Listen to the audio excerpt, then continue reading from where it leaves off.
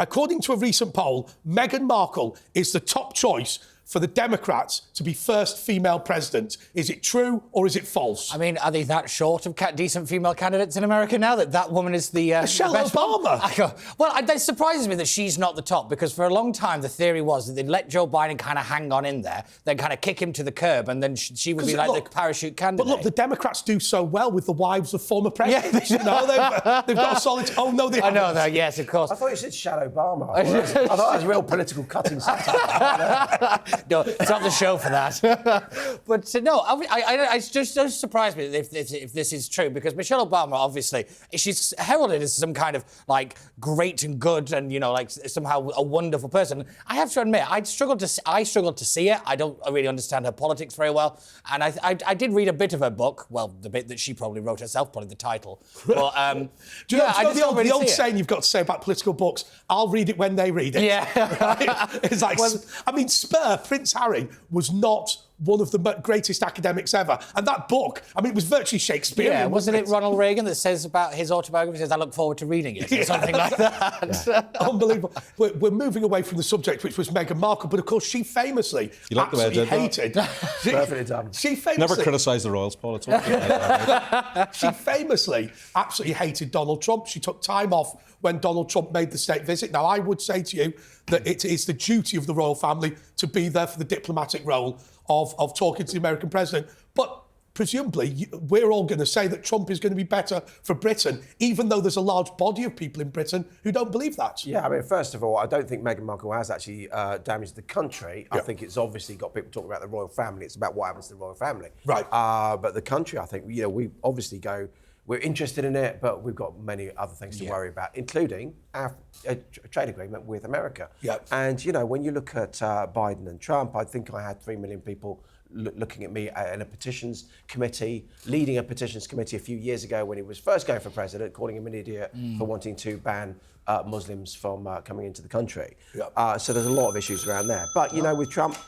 It's Joe Biden! Oh, he's forgotten what I called. I mean, but what Biden's done is he's just doubled down on Trump's protectionism. That's the worrying thing for our country, because Ian's absolutely right. We've got to have a free trade agreement. It's good for America, not least with semiconductors and things that we actually share, computer chips that we share. Yeah, the thing I find quite interesting is that one of the big criticisms of Donald Trump was, he'll be an isolationist and America first and all the rest of it. I think Joe Biden has been more of an isolationist president than Trump ever was. But the reality is, and we're going to have to go to the question now when we have diverted quite far from it. But the reality is with Trump said that he wanted fair trade and free trade, and the fair trade he was on about was not exporting jobs to third world countries. Yeah. No risk of doing that in the United Kingdom because of our standards of employment law. But anyway, on the subject of Meghan Markle, is she a genuine choice that's popular with Democrats in the United States of America? Is it true or false? Oh, I would say this one's false. It's unfortunately true. Oh. OK, so to Paul, Humza Yousaf has resigned as Scotland's First Minister. I think we know that. But he's getting a golden handshake worth £52,000. Is it true or is it false? The answer, I think you're going to find it's true, but actually technically it's false because it's £52,000 per year. It's a pension. Yeah. He gets his pension for life from the moment he's resigned. So it's false then? Today. So technically it's false. But not only that, because when I saw this, I thought, my goodness, that is outrageous. That he literally starts his pension now. And I looked at how much he gets paid. He gets paid 25 grand a year more than the UK Prime Minister for being the first minister. Hang on a second, Paul. Sorry, and I didn't realise this. I thought it was a golden handshake. We'll have to decide what we say about the answer. But hang on a second. This bloke's been the First Minister of Scotland for 1 year. Yeah. He is 39 years old. Yeah. If he lives to the age of 79, which is a reasonable age, then he's just going to trouser millions. Yeah, absolutely. Millions for this. It's estimated if he lives to the average age, which is 85, it'll be just over £2 million. Yeah, but I mean, staggering. To be fair, if he moved to East Glasgow, he's already dead. Well, no, that was the great advantage, isn't it? I'm glad you said it. It's the ghost of the people of East Glasgow, and they say that some of them have lived a bit beyond the age of 35. Oh, that wasn't set up. I thought it was Nicola. Look, I've got got to be honest with you, Ian. I mean, I absolutely hate all this devolution. Presumably, you're a supporter of some of it, but it has turned into a constitutional mess, hasn't it? Well, once you do it, once you go down that road, you know, and you split the kingdom up, it does become more of a federation. And I do think there's problems with it. However, I am a devolutionist. I think it's good from the Northern Ireland perspective. Northern Ireland people running Northern Ireland affairs, they're just not very good at it sometimes. Yes. And this can be a problem. And I think it's all about who we can get into politics. The more skilled and, you know, shows like this are fun and all the rest of it, but when the media really punch politicians for absolutely everything they do, and those who stand up, whether they're people of different backgrounds, all the rest, they stand up and they try to get into politics and they're knocked for it, you're actually not going to have good politicians at the end of the day. Because real people out there with skill, with something to give back to the community, aren't going to come forward because the abuse we take is awful. But hang on, how easy is it for you? Because you've got a successful parliamentary career, but you will always be inevitably under the shadow of the creation of the DUP, the fame of your father, and of course your mother was also a significant politician. That's got to make it even harder, hasn't it? Well, because I wanted to do politics, I'd name recognition, so the kind of brand, as they say, was there. It's just as well he didn't name my brother. My brother's in a different type of this family business. He's a pastor of a church, you know. So you know, it would have helped him just as much, I suppose. It's just something I have to live with, and I get on with it. I am who I am. The fact that my father's son, so what? But I think for people who want to step into politics, we have to actually start to create the space for them, say we want good people to come here. We want the devolved regions, whether it's mayors, super mayors, councillors, right the way up. We want really good people to stand up and give back to the community and make our country a much better place. And you can't half do it. You can't half do devolution. Because the problem is, as I say, unless you get real power, you won't get the people wanting to do the jobs in the first place. And there's always, when you're devolving to a council, to a metro mayor or whatever, there's always a gap because it's when people understand, first of all, who they're voting for, who they're actually blaming for some of this stuff, and for those people to actually have the skills to take up. See, Paul's very lucky. Paul makes politics look easy. Because he's so good at it. Which is why I'm off. And that's why people attack, I could do that. But seriously, if you have a good, successful politician... it's the voters of Sutton and Cheam. They're saying if Paul was as good as he's being made out to be by Paisley, he wouldn't be leaving Parliament. Oh, Paul, I'm sorry. That's a killer, mate. Look, I'm not being funny, Paul, but it's not been great the past couple of years. It's not been a good year, has it? No, it's not been a good year. You know, I've got Thursday coming up with the London mayoral election, and obviously I'm looking for a job. Don't look at me. What a lovely thing you have looking for a you job. forgot. Actually, I should have been looking straight down the camera. You've forgotten that today is not Tuesday. Exactly. You've forgotten this is a fully live show, Paul. Right, the election to London Mayor has already happened. What is the date? What was the result? Forgotten. Yeah. But no, I just want to pick up on something Paul said there, and Ian, that but the problem is you can't half do it, and that's the biggest problem I think we've had with devolution. One of my old university professors called it one of the greatest acts of constitutional terrorism we've ever seen. Because there was no real set defined roles for people in terms of what their actual responsibilities was, and there seems to be very little accountability for when these local authorities Peter, really you've got mess to up. have respect for the devolved settlement. So, for example, if Northern Ireland's laws in a certain area are devolved to Northern Ireland, then no matter what they come up with, you've got to live with what the devolved parliaments agree, and not say, we've got a better view from British mainland, we'll do it our way, and you've got to give them the resources to make it happen. And those two things, when they're missing, you don't respect them. Hang on a second. The only thing that I see coming from Scotland, and forgive me, I don't live in Scotland, but you saw Humza Yousaf on the TV saying, I can't leave now because we've got so much legislation to put through. They just seem to be trying to change the fabric of these countries. Yeah, absolutely. If you look at what they're doing, and the problem with the UK is it's the wrong size in terms of when you're looking at how you devolve. It's too small to have a federalisation that you were talking about, but it's too big to run just solely from Westminster. So it's an odd balance. And when you look at exactly SNP, so much of the stuff that I did when I was passing laws, post-Brexit laws about subsidy control, about UK internal markets, they're always playing politics with some really important issues because they're looking at the next thing. And It wasn't the subsidy control, it was the substance control. Here's my argument. Here's my argument about devolution. What seems to happen is these people sit on these devolved assemblies. They don't take governance particularly seriously. I know that's not true of all of them, but many of them don't take take governance particularly serious. I mean, look, we had a case of the Northern Irish Deputy First Minister who attended a funeral during lockdown and said because the Irish police weren't there in Northern Ireland, that was acceptable. That's not taking governance seriously. But then what they do is hand the bill to Westminster after they've made a complete hash of it. No, that's absolutely true. And you see, again, in London, because it's having been Minister for London for 4 years, you can see that we've had years of the mayor waving his finger at the government, blaming. What's the point of the mayor if he's going to blame the government for anything? You are there to do a job: housing, transport, crime, and you've got to take responsibility. To be honest, I think this goes back to one of the biggest problems we have in British politics, right, from any kind of system, and that is the complete lack of accountability. Yeah. Nobody has ever seemed to be held accountable for when things really go wrong, whether it be here in Westminster or in any of the devolved assemblies or local councils or whatever.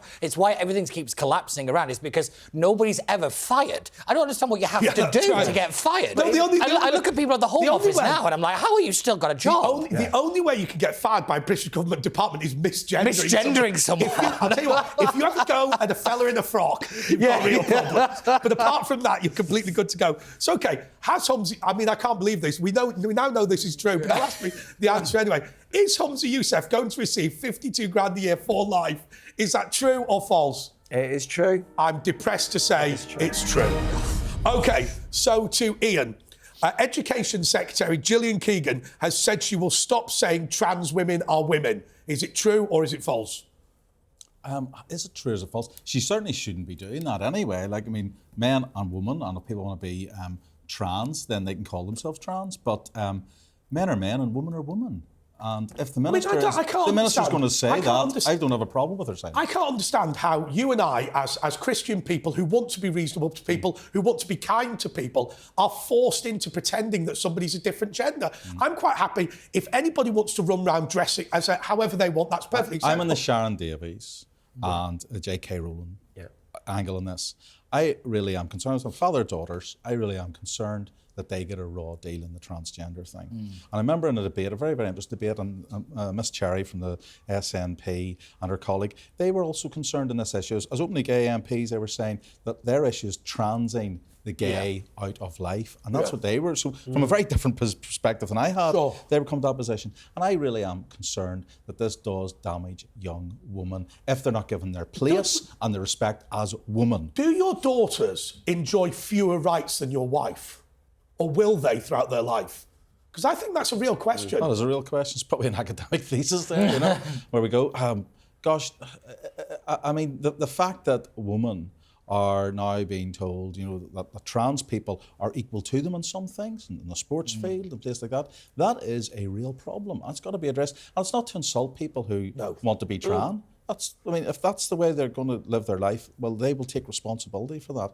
But let's not inflict a problem onto women. And just so I understand this, because Northern Ireland has come into conflict with the rest of, well, maybe it's not come into conflict with the rest of the UK, it's come into conflict with Westminster for some of the more conservative social values of the territory.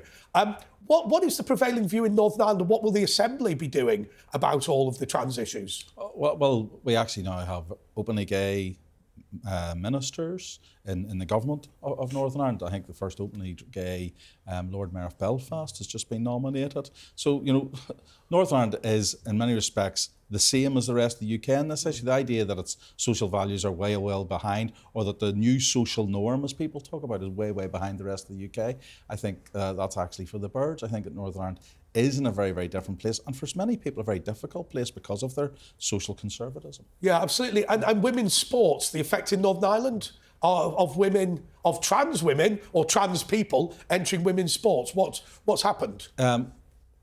I can't give you an individual example of, say, a sports person in Northern Ireland who's felt that they've been penalised on that area, but I have followed the national question and how it's happening there in the swimming pools, on the athletics field, and places like that. And I just think it's an issue that we have to address. We have to be honest.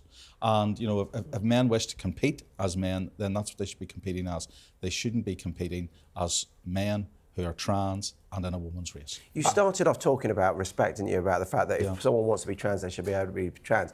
But this whole debate is supposed to be about tolerance, isn't it? Yet it seems to me the most intolerant debate that's going in politics. The bile Well, as you know, people with the hashtag Be Kind are some of the most venomous extremists that you will ever come across. And for me, I mean, I saw the situation with Leah Thomas at Penn State, and this is somebody who has had no corrective surgery. Now, some people believe having corrective surgery is important, some people don't. But this is just somebody who has grown their hair long and declared themselves to be a woman. And of course, you know, women have to really shimmy into these very, very tight swimming costumes. And of course, Leah Thomas is stood there watching the whole thing. I mean, not watching, but you know, you understand what I mean. It must be very distressing. No, for sure, definitely. I'm going to say, interesting, on the Leah Thomas thing, just a couple of days ago, the US Olympics team has allowed them to actually come to try out for the squad. So as a woman. But I mean, but here is the thing I find extraordinary. This is somebody with a penis and testicles. Yeah. I mean, it's okay. Me and Julia Hartley-Brewer have a disagreement on this. I believe that if you have some sort of the surgery, then you should have more access to female spaces than perhaps you would without it. She doesn't. But this is some bloke who's not even made an effort. Yeah, I think you're right there. I probably fall more on your side of this than I do on Julia's. But one thing, when we look at this, particularly from the Gillian Keegan perspective, is that for a long time she was heavily criticised for allowing the trans ideology into schools. Yes. And it's interesting that since the Cass report, with which was this big report done into the kind of puberty blockers and the kind of what they call the shaky medical foundations of this stuff. It's interesting that how many people have suddenly started to do a bit of a 180. You even had Wes Streeting, the Shadow Health Minister, like basically say, I got this one wrong. We've been so quickly. Peter, in schools where they should know the value of truth. Yeah. You know, and honesty. Yeah. And being able to have difficult decisions and say difficult things, but in a respectful way. Yeah. That's the way kids should be. And if you're then told, oh, by the way, yes, there's a trans person, but they're actually a woman when they're a man. Yeah. That's just, that must affect the honesty of someone. Can I throw this in? Right, because when I was younger, we always used to talk about the anger that a lot of people had at Section 28 of the Local Government Act, which was where Margaret Thatcher had effectively prohibited homosexuality being taught in schools. Now, that was eventually repealed. I feel as if now, as a temporary way to stop these extremists going into schools, we should have a similar prohibition, probably once again for a couple of decades only, on trans ideology being pushed into schools. You remember what Bob Hope said, don't you? I'm getting out before it's compulsory. The thing that amazes me is that I feel the political left often hijack these sorts of things, and actually, until things calm down, but you know, it's interesting, isn't it? The Cass review, as you say, very, very welcome and about time. Isn't it interesting? You talk about the 180. How quick that 180 was! It was instant. It was instant. It was almost like there's the excuse I've needed to get out of my hole. Victoria Atkins had a great moment at the dispatch box across from West Street, in which she said, "Well, I hope that the right honourable gentleman gets up and apologises for his position." I thought that was a cutting line. As Victoria said something yesterday or today about certain phrases which will no longer be allowed in the NHS. Yeah, so chest feeding. Yeah, they're damaging people. I mean, I find the phrase chest feeding just revolting. Yeah, just as a thought. So's the person with the chest. Yeah. You're feeding them, and you've got to stop doing it. Yeah, that's right. That's right. Oh, no, don't worry. That's my partner. I'd have to shave it first anyway. Yeah. But it's interesting we talk about the trans issue because just this week we've had Keir Starmer brought up on the trans issue again over Rosie Duffield and his rather weak apology to her that she basically slapped away and said, I'm not interested in an apology from him.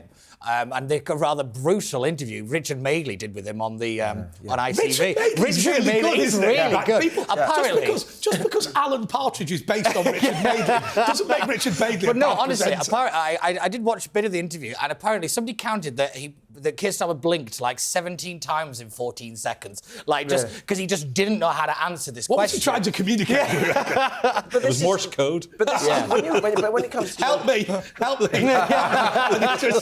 when it comes to children, this is all feeding into the people, the fact that people mistake emotional well-being and mental health, and they conflate the two. You can have serious but I've got to say to you, and I've made this point on the channel before, you know, you look at the parents of Greta Thunberg, nowadays what we do is we want to lean in, accept certain untruths to be true. If my daughter came to me, I don't have a daughter, but if I had a daughter and she came to me and said, Dad, I can't go into my school because I'm afraid the planes flying over the school are gassing me.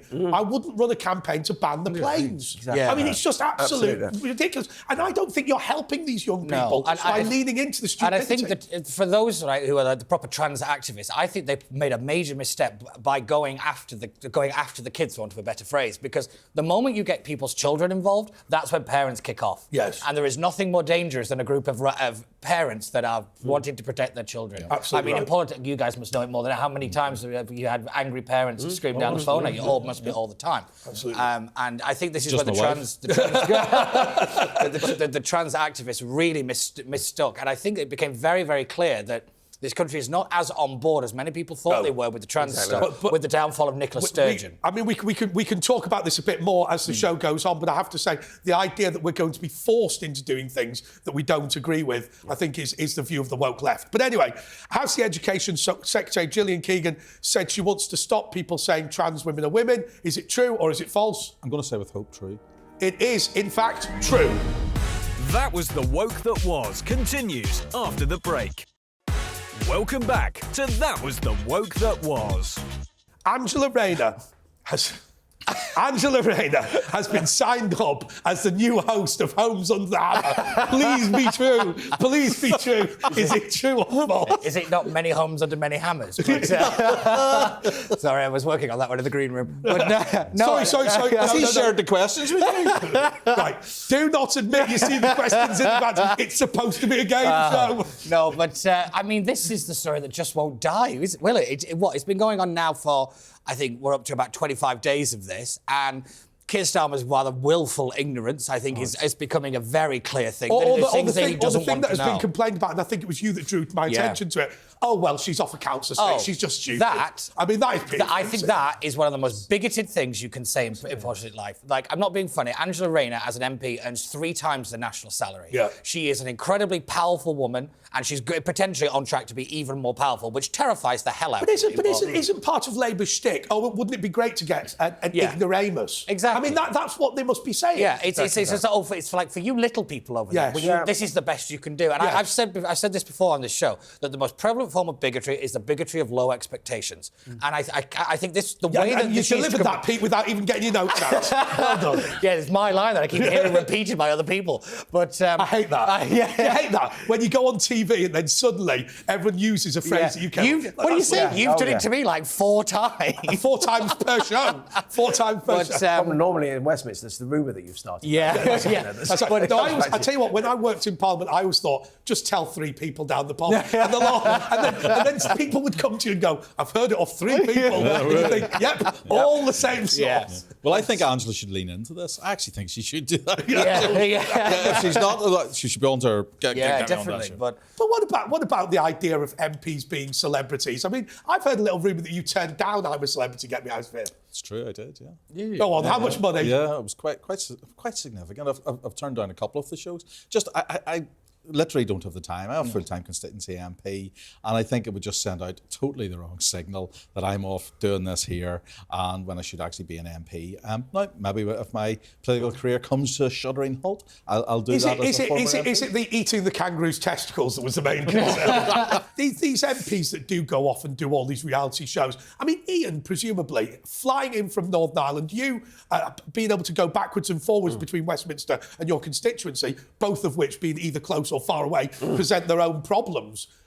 You must be run ragged with the amount of work you have to do. The idea that you could go off to the jungle for and 6 all months. like months off. No, exactly, months off. I mean, it's interesting. When I was a new backbench MP, everyone said to me, oh, you're a London MP, that's great, you can go home every night. Yeah, but I get to see the back of my wife's head because, you not rarely back the same day that you left. You're after midnight, that kind of stuff. Whereas I remember we spoke a little while ago where you can compartmentalise your time. Yeah. You know, right, Monday to Wednesday or Thursday, you are here. Yeah. Thursday to Sunday, you are there. And there's 2 very distinct things. Yeah. But actually just thinking you can tear off to the jungle for 3 months is quite something. I mean, it's difficult though, isn't it? Because there is also an element of wanting to promote Parliament and promote... I mean, guess, Matt Hancock, to be fair, wanted to defend his record and thought the best way to defend it was on I'm a Celebrity, and might have been right. Ironically, if you actually watch some of that, when they had some of the tasks, you had all the celebrities running around with jazz hands. When they were, whereas Matt was, that focus that he actually he knew how to fill up a bucket with water when it was sticking on his head or something like that. Those kind of tasks. But it's a sad world. But you can also talk about politics as well, which I don't think that was Nigel Farage's approach. Yeah, but if you look at, I always hate people who go in the time of Dickens. Ugh. But Charles Dickens' first job was literally writing word for word what went on in parliamentary debates, and people across the United Kingdom and the Empire would read this, word for word. It feels like sometimes the only way to get a political message across now is to not be in Parliament, which I think says a great deal about Parliament itself. It is, but also what Charles Dickens then went on to do, the kind of novels he wrote were serialised effectively in magazines. And so, again, it was actually having some quite weighty stories in an everyday language of that time. And so it's how you can distill it down. But just to bring it back to the question. What? I know, yeah. Do you remember that thing that we were deciding on?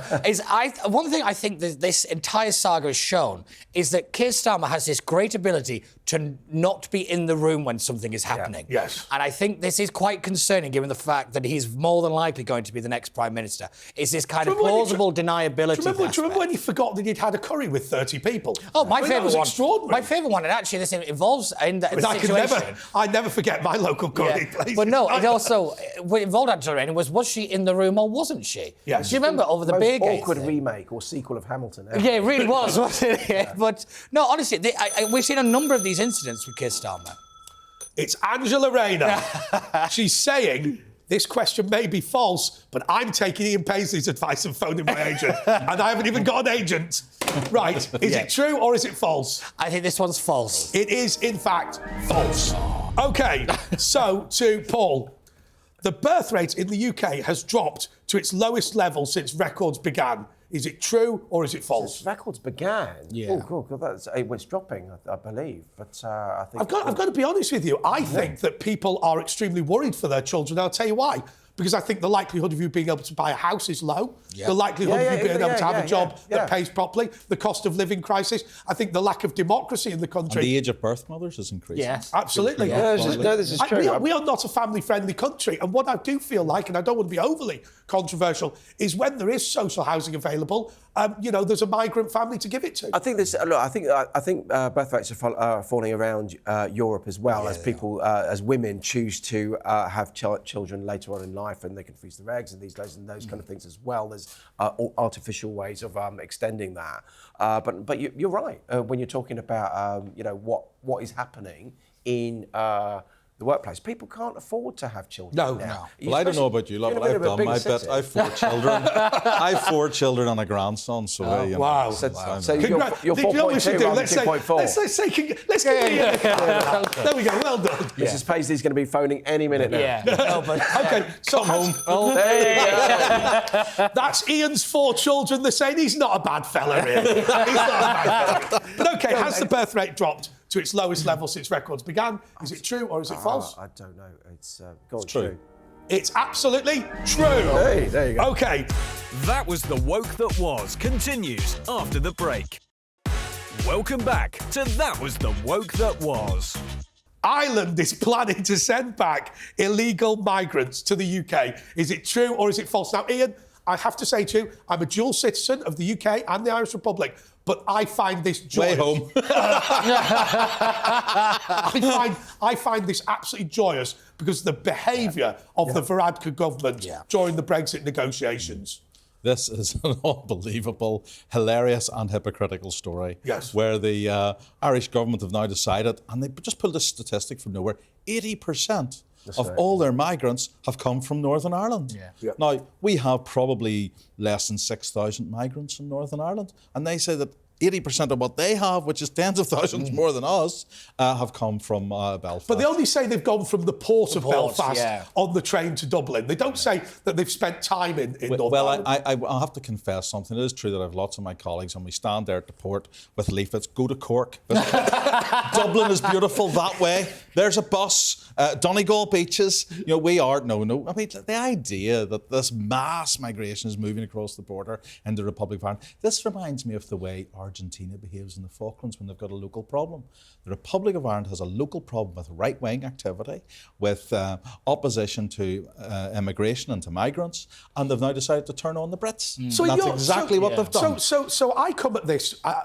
Came at this assuming it to be true that the people were coming via Northern Ireland, but your view, in fact, is completely different to what I was expecting. It is essentially the Irish Republic has mucked up its immigration policy and now seeks to blame the United Kingdom. Of course it has. Yes, of course, that's exactly what it's doing. And if there are migrants coming, it's certainly not coming at the level that people say. And of course, we've been told for the last number of years that the most beautiful thing about Ireland is there's no border and that there's free movement of people. And then suddenly the parties in the Republic of Ireland want to say, we have to push them back up over that thing called the border. So this has caught them out big style. The reality is, Paul, you don't have to be from Northern Ireland to recognise that Varadkar gave Theresa May a torrid time over that border. Yeah. And the reality was she had done precisely nothing wrong. The argument I always make is this. We have a treaty with the Republic of Ireland to keep the border open. They have a treaty with whomever they want. Yeah. But the reality was we were being told that we had to build a hard border in order to prevent us building a hard border, which I never understood. They basically said if anything went up, if there was any structures, any people, all those kind of things, then that would be the end of the... Build a wall. And make Ireland pay. And then how many people are they, how many border officers... I'll pay for the wall. Build a wall. How many officers have they just said they're going to put there i.e. a hard border? You can't have it both ways. Ironically, the agreement that we're talking about that actually allows the return in EU is the Dublin Agreement. I mean, how ironic is that? Sinn Féin doesn't know how to react in this. Pete, let me ask you this. If we can't return people to France, how can the Republic of Ireland return people to the United Kingdom? I know, this is the one thing where Rishi... Actually, let me answer that question. Yeah. What is the intellectual difference in between what people are doing, if it's true, what people are doing between Calais and Dover, and what people are doing between Dublin and Belfast? What would be the difference? There isn't any difference. And this is the one thing that I rather respect Rishi Sunak for, was when he said, we're just not entertaining this at all. No. But what I understand, that the Irish government have actually just ignored one of their Supreme Court rulings. It's worse. They've actually said Britain's a dangerous place. It's a dangerous place. And then they want to send them back. They're redesignated as a safe country. Under the emergency legislation.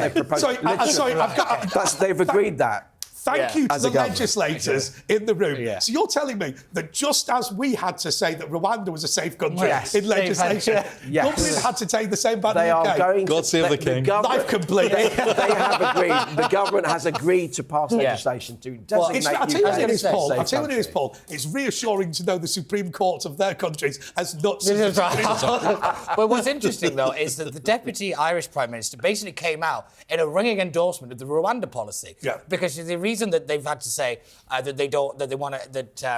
the Supreme Court has said you don't want to send people back, it's because, they fear of them being deported back to East Africa. Well, that just shows that the Rwanda policy, as a deterrent, must work. I think it's a great kind of win for the Conservatives. I've got to say to you, and I'm happy for Ian to comment on this, but I want to ask you this as an English political commentator. I personally believe we have to be extremely tough with the Irish Republic. And my reason is not a hatred of the Irish. Clearly, I wouldn't be in that position.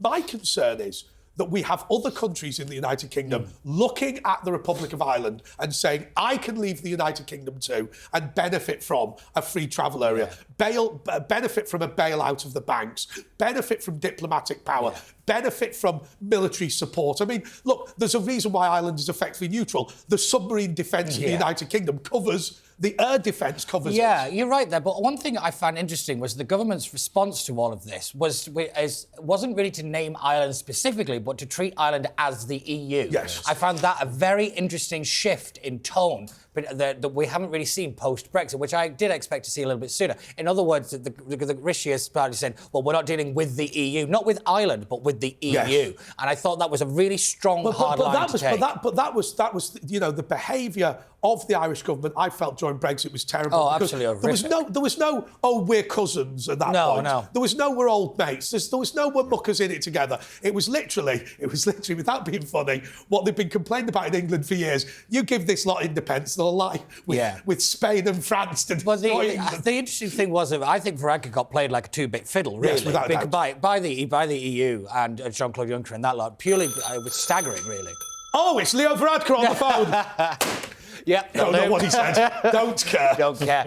But no, I think you're right. With the way that Ireland behaved over the Brexit negotiations, I think was horrific. And now they suddenly want to start playing all cosy. But I will say this. I will say this to Ian because it's something that I think that England, Scotland and Wales need to apologise to Northern Ireland for, because during those Brexit negotiations, and I was as guilty as anyone, roll your eyes, the Northern Irish are moaning again how wrong we were. We almost destroyed the United Kingdom by forgetting our friends in Northern Ireland. Well, that's very kind of you to say so, though, to be fair, the United Kingdom is our greatest partner and greatest friend, and we stand as a family. Yes. We're all part of it. But look, the key thing is understanding Northern Ireland.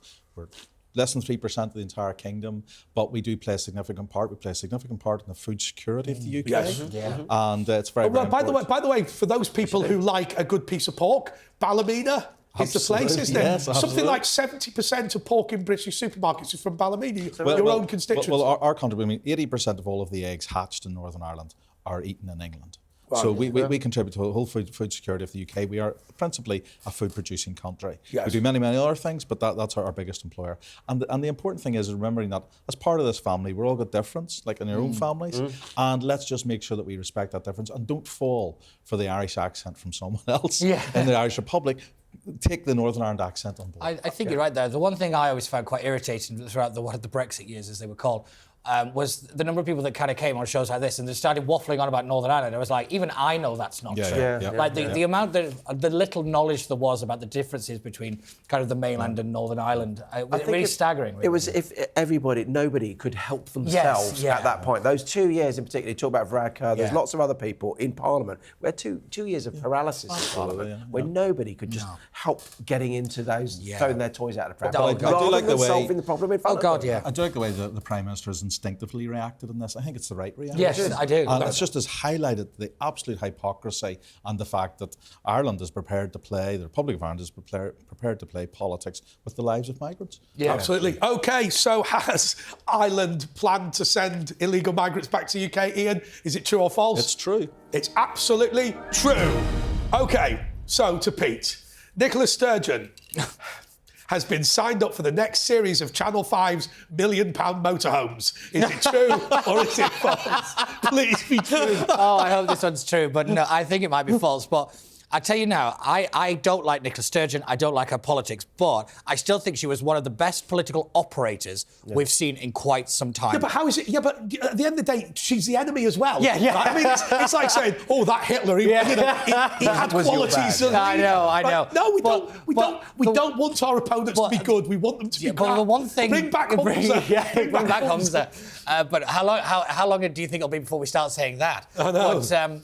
But one thing I think it shows that since the kind of dethroning of Nicola Sturgeon, how quickly the SNP unravelled. Yeah. It just showed that entire operation was held together with cheap spin and a powerful figurehead at the top. Everything else was just grievance culture. Was all of this inevitable when Alex Salmond departed? I think it was. I really looking at it now. Serious. He was an operator. Serious. Yeah, he was an operator. Yeah. And I like his little offering from he's now part of the Alba Party to the SNP. What does that stand for? I don't know. Alba, it's a historic name for Scotland. Oh, is it really? I didn't know. Albion, all right. Okay. Oh, right, yeah, of course. But no, so he's kind of offered some kind of electoral pact. Every day's a learning day. Yeah.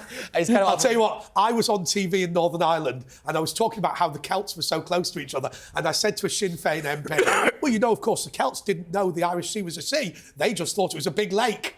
And you know what? This woman just walked off in absolute disgust. I thought, actually, mentioning the connection between Northern Ireland and Scotland is not the thing to have said to this woman by any stretch. But the way that the SNP have unravelled so quickly, not just because of Humza, but really since the last, let's say, year of Sturgeon is staggering. But I think it's because they kind of suffered from the same problem the Conservatives have got now, is because they were in power for so long and there's been so many issues. But you can't really go on the attack. Pete, I'm sorry, I'm just going to throw this. I'm going to throw this at Paul. One of the things, and you were a government minister, you were part of the government, and I really like you, but it has to be said, there's a yin and yang in politics. The left come in and do their thing, the right come in and do their thing.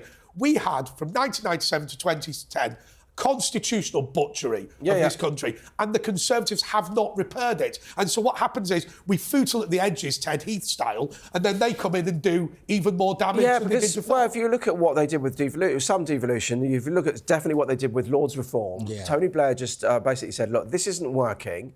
And let's just scrap it, but didn't put something in its place. He didn't try and fix it. We always then come in, what we've done with constitutional reform actually, and we were talking earlier about local government reform and devolution, wider devolution, it's always too tricky. It's always a second term or third term thing because I've got a mate who works in number 10 Downing Street. I won't say his name, though you probably know who I'm talking about. Rishi. And he said, well, it's definitely not Rishi. It is not Rishi's Nash. But what he said is the Conservatives have successfully stopped 80% of the stupidity. And you think, well, what that means is the direction of travel is still bad. This is true. It's like inflation. Prices still carry on going up even when it's coming down. No, you're absolutely right. But I come back to that because there's always a drive in government, no matter what party's in control, with dusting down some of the old policies and those kind of things. Why don't you just try this minister? This will be a brave choice. I know it's going to come. And it's the art of the minister. Brave choice. Well, did this happen to you? Tell us the inside story. Maybe. Is this turned into a therapy session? Exactly. and it is part of the art of being an effective minister. I actually say, no, I'm staying focused on what I need But to be I think a lot of it actually goes back to the influence of Alistair Campbell in politics, of the kind of instant win. And when constitutional change, there is no political capital in that. You can't really sell that to the public in any meaningful way. Lest we forget Damien McBride in the pub, who invented that the Britannia was going to disappear, didn't he? What was the name of the ship? The Royal Yacht. Britannia, he made up in the pub that it was going to disappear. That means Brit, by the way. Well done. No, it's like an English language lesson. OK, so has Nicola Sturgeon been signed up for £1 million motorhomes? Sadly, I think this is false. It's absolutely false. That was The Woke That Was continues after the break. Welcome back to That Was The Woke That Was. Comedian Jerry Seinfeld has said this week that the extreme left has killed comedy.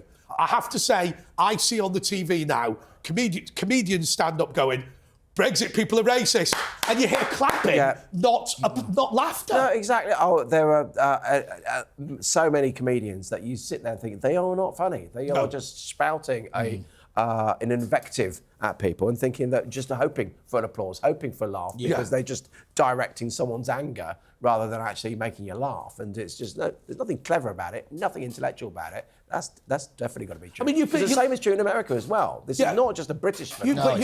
You've been a government minister in media. I mean, is it a worry that our culture is being denigrated by the woke agenda?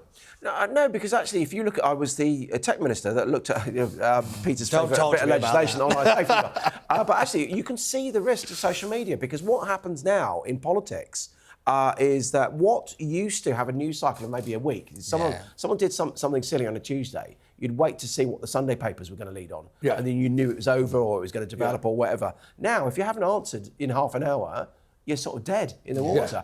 But it also, social media just does feed this invective and hatred that comes out. There's a lot of what we would have called, if we were being at our age rather, attack ads. Bob Jones has done this, and you read this thing and you think, it has a basis in truth, but it's not fundamentally true. No, exactly, and it's going to get worse before it gets better. It really is. I think Michael Deacon said something this week in his, which I totally agree with, that when if the Labour Party gets in after the next general election, it's going to be, we have to deal with everything that the Tories did.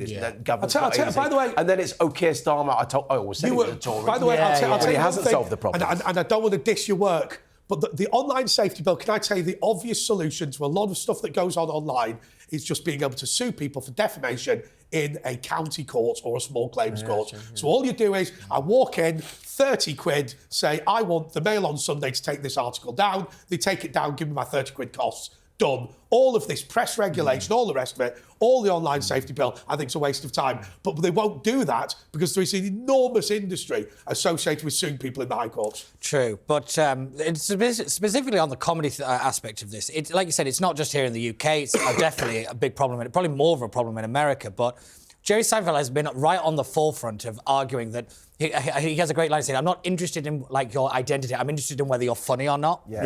He is a comedian's comedian, as they say. Yeah. And you know, I've watched a couple of documentaries that he's done about comedy and the kind of shifting nature of it. And he says, if somebody does a joke that you don't like, then it's fine. You're not harmed in any physical way. We seem to have conflated actual violence with words. Yes, I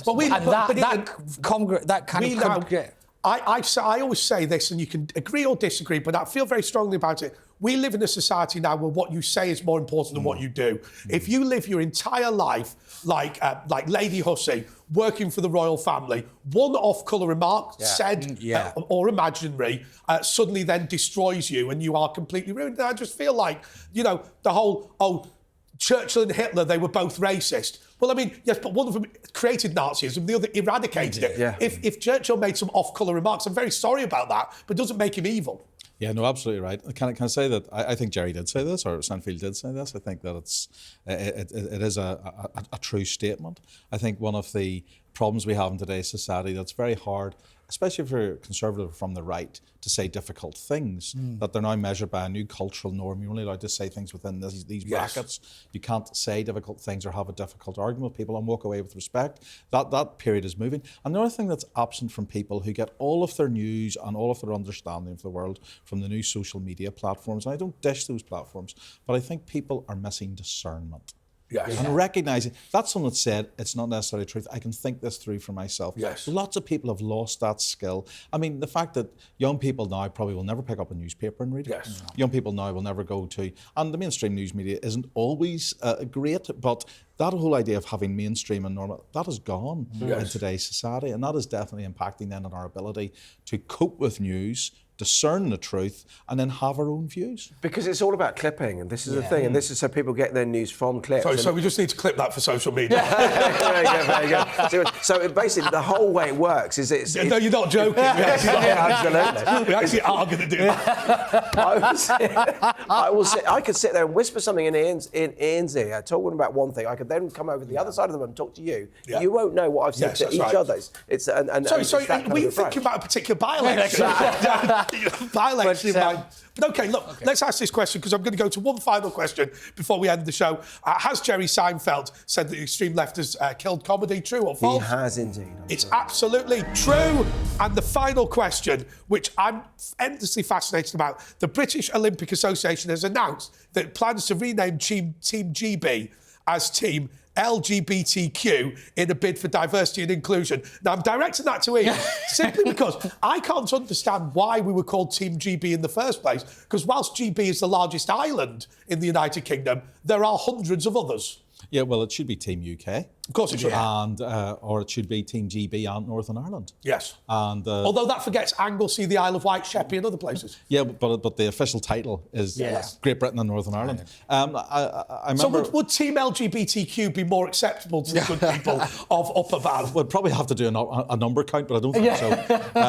I remember whenever I think it was one of the ministers was doing an aid campaign into West Africa during one of the famines, and they had aid from the people of the United Kingdom, and had these lovely signs on UK. Yeah. And he came to say, "Is that all right? Does that include you?" And I went, "Well, yeah, we're UK," and because he was worried. But I give him the pat on the back for saying he was worried. They wanted to make sure that it was totally inclusive. I've got to admit, I saw somebody once walk into a shop with a Northern Irish banknote, Bank of Ulster, and somebody goes, "Hey, Shelley, do we take pounds sterling in this shop?" I do love doing that on taxi drivers and all the rest. Taxi drivers will always take it, no matter what. But you go in the shop and they say, "We're not allowed that." I says, "The Chancellor of the Exchequer takes them off me every month. You're taking them off me." Do you know, I'm going to give you an amazing fact about Scotland and Northern Ireland. Because it was England and Wales that had the banking crisis, where the Bank of England banned pounds being issued by anybody other than them, as you know, banks in Northern Ireland and Scotland still issue banknotes. But what they have to do is deposit £1 at the Bank of England for every pound note they issue. But they do it in £10 million blocks. Yeah. So there is a £10 million note issued by the Bank of Ulster. Yeah, and I mean, I wouldn't mind if it's great advertising for some of the banks, Ulster Bank, Danske Bank, Bank of Ireland, Allied Irish Bank. Other banks are not available. You can go through all those, and it is great advertising for them. But And there has been some talk of getting rid of those notes, hasn't there? There has been, and to be fair, they really are only tender in Northern Ireland. Yeah. But legally, is that right? Yeah. No, but I just want to talk about back to the question. Oh, sorry, what was the question? It seems to be my job. What we were trying to do was we were trying to goad the Paisley to have a go at Team GB, and he saw that one coming. No, but the interesting thing about this is it's to do with the element of inclusion, isn't it? And it's the idea that, and you see it quite a lot in the LGBT community, that if at some point you are not recognised, then it means that you want to be erased from existence. And that constant need for validation, I think, is not only quite toxic, but I think it's also toxic for the LGBT community itself. That constant need to be recognised in everything. I mean, how many TV shows do you watch now where you've got the gay one, you've got the black one, you've got the Muslim one, you've got that. Where diversity has really just become a box tick exercise. Cool. We do that. What do I keep being invited back? I'm looking around the room now. He's just fallen off his seat. I don't worry, I've smashed this seat on multiple occasions. OK, so has Team GB, which is already wrongly named because it should be Team UK, but has Team GB decided that it wants to be called Team LGBTQ? Is it true or false? It's false. It's absolutely false. Well, look. But here's to a great France and a great victory for Team UK. Team UK, here we go. Looking forward to the Olympics. OK, look, I'm going to announce the winner. And I have to say, having been the person that nominated James Well for an MBE with me, it's got to be Paul Scully. Thank you very much. Thank you so much to Ian Paisley from the DUP. Thank you so much to Paul Scully. And thank you so much to Pete Barnes. Until next time, goodbye.